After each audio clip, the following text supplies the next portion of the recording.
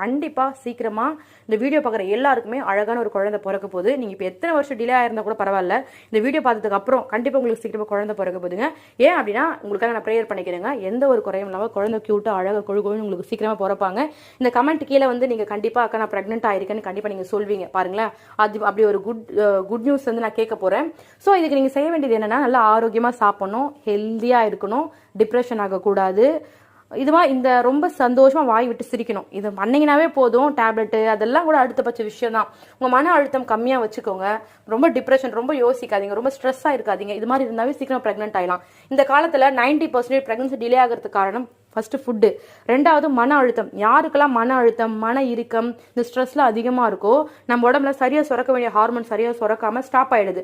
அதன் மூலியமா ஸ்டாப் ஆகுறதுல பிரெக்னன்சிக்கு தேவையான ஹார்மோன் சுரக்காம போகுது. இதனால தான் பிரெக்னன்சி டிலே ஆகி போயிட்டே இருக்கு. ஒருவேளை நீங்க இது வரையும் தவற பண்ணிட்டு இருக்கீங்க, நான் கரெக்டா சாப்பிட்றேன், டேப்லெட் போடுறேன்,